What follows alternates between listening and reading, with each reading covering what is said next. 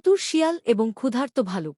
একদিন রৌদ্রোজ্জ্বল দিনে একটি চতুর শিয়াল বনের মধ্যে ঘুরে বেড়াচ্ছিল, কিছু খাওয়ার জন্য খুঁজছিল।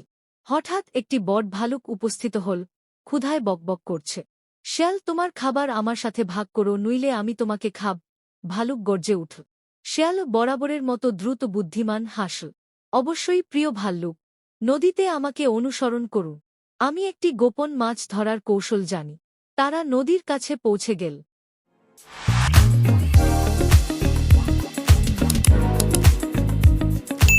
এবং শিয়াল বরফের জলের দিকে ইঙ্গিত করল। পানিতে আপনার লেজ আটকে দিন এবং অপেক্ষা করুন। মাছ এটিকে ধরে ফেলবে এবং আপনি একটি বট ক্যাচ বের করতে পারবে। ভালুক শিয়ালের কথামতি করল, কিন্তু জল জমে গেল।